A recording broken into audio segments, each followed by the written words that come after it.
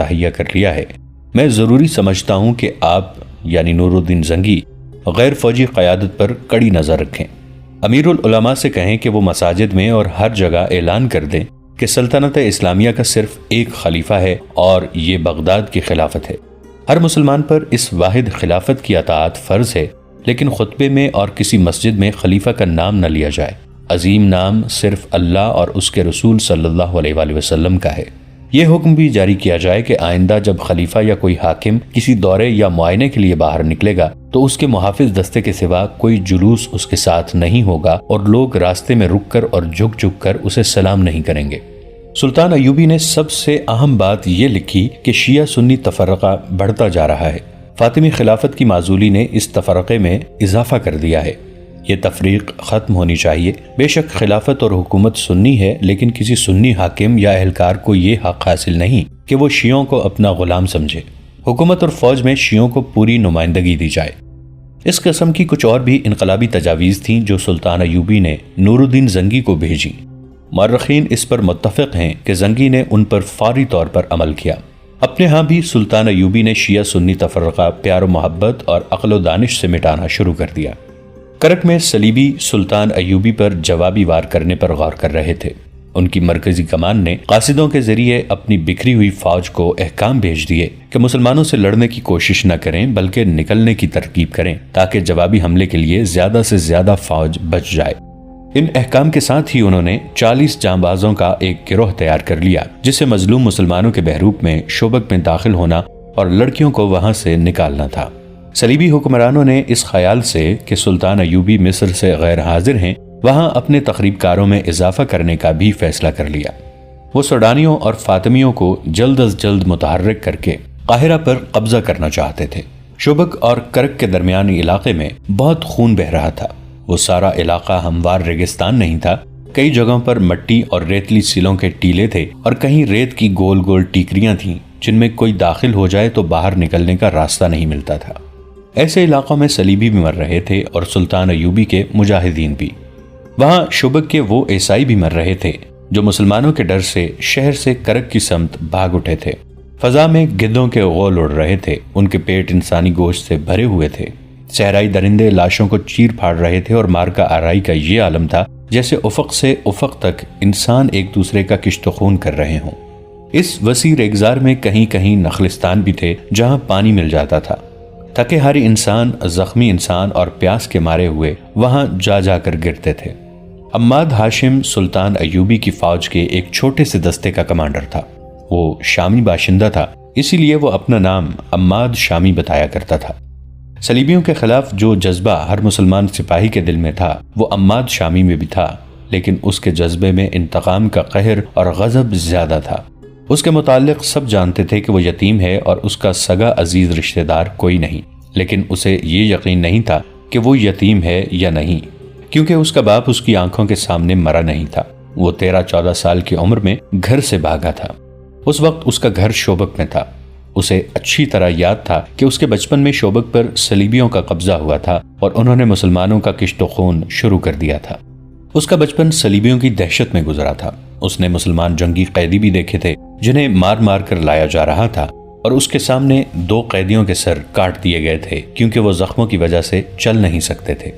اس نے مسلمان گھروں سے لڑکیاں اغوا ہوتے دیکھی تھیں اور اس نے مسلمانوں کو بیگار میں جاتے بھی دیکھا تھا۔ شوبک کے مسلمان کہا کرتے تھے کہ جب شہر میں عیسائی مسلمانوں کو بلا وجہ پکڑ پکڑ کر کیمپ میں لے جانا شروع کر دیں اور ان کے گھروں پر حملے کرنے لگیں تو سمجھ لو انہیں مسلمانوں کے ہاتھوں کہیں شکست ہوئی ہے۔ عماد شامی کا گھر بھی محفوظ نہ رہا۔ اس کی ایک بہن تھی جس کی عمر 7-8 برس تھی۔ اسے وہ بہن یاد تھی، بہت خوبصورت اور گڑیا سی بچی تھی۔ گھر میں اس کا باپ تھا، ماں تھی اور ایک بڑا بھائی بھی تھا۔ ایک روز حماد کی گڑیا سی بہن باہر نکلی اور لاپتہ ہو گئی۔ باپ نے تلاش کی مگر کہیں نہ ملی۔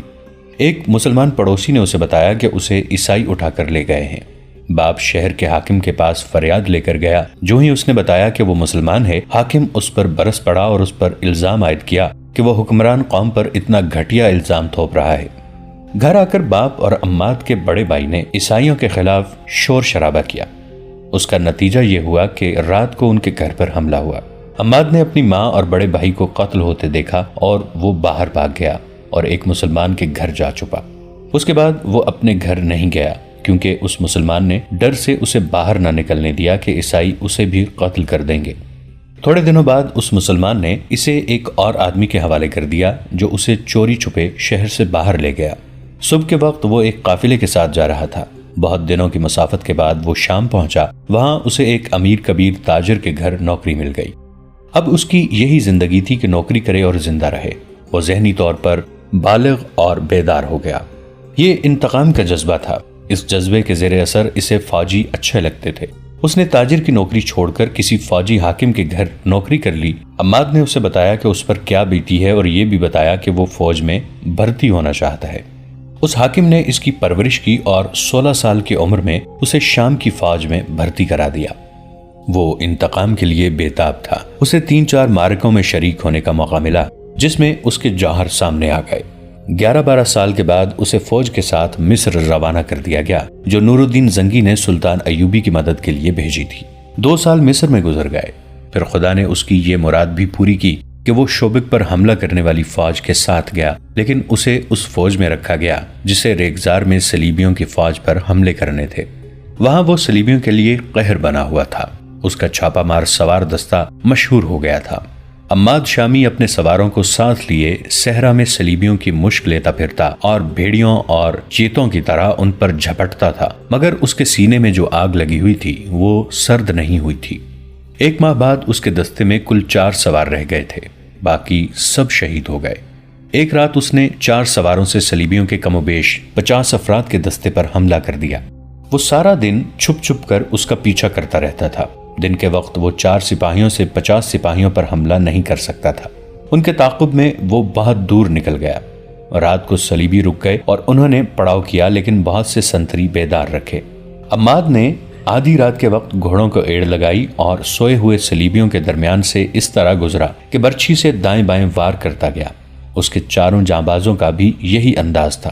انہیں جو ہلتی چیز نظر آئی اس پر برچھیوں یا تلواروں کے وار کرتے اندھیرے میں غائب ہو گئے۔ کئی سوئے ہوئے صلیبی ان کے گھوڑوں تلے روندے گئے۔ سنتریوں نے تاریکی میں تیر چلائے جو خطا گئے۔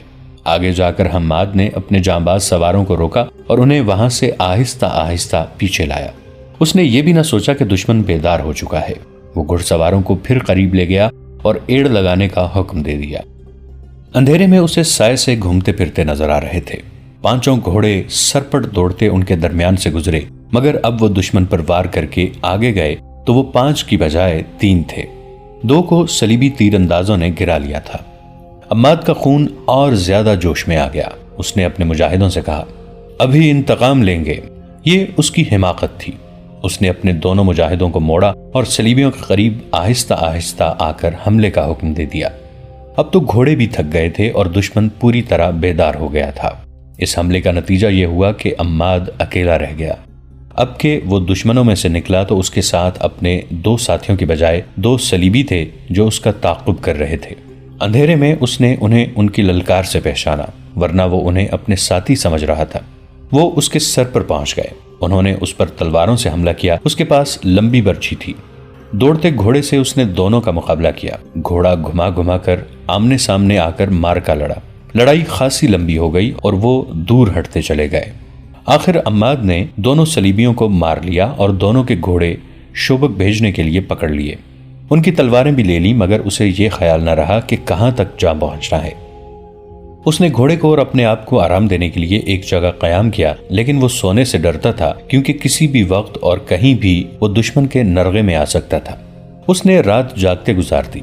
ستارے دیکھ کر اس نے یہ معلوم کر لیا کہ شوبک کس طرف اور کرک کس طرف ہے، اور اسے صحرا میں کون سی جگہ جانا ہے جہاں اسے اپنا کوئی دستہ مل جائے۔ صبح ہوتے ہی وہ چل پڑا۔ وہ صحرا میں جانا پلا تھا۔ بھٹکنے کا کوئی خطرہ نہیں تھا۔ وہ تجربہ کار چھاپا مار تھا، خطرے کو دور سے سونگنے کی اہلیت رکھتا تھا۔ اسے دور دور صلیبی 4 یا 5 کی ٹولیوں میں جاتے نظر آئے۔ اگر اس کے پاس 2 فالتو گھوڑے نہ ہوتے تو کسی ٹولی پر حملہ کر دیتا۔ وہ بچتا بچاتا اپنی راہ چلتا گیا۔ راستے میں اسے کئی جگہ گھوڑوں اور اونٹوں کے مردار اور صلیبی سپاہیوں کی لاشیں پڑی نظر آئیں، جنہیں گدھ اور لومڑیاں کھا رہی تھیں۔ ان میں اس کے ساتھیوں کی لاشیں بھی ہوں گی۔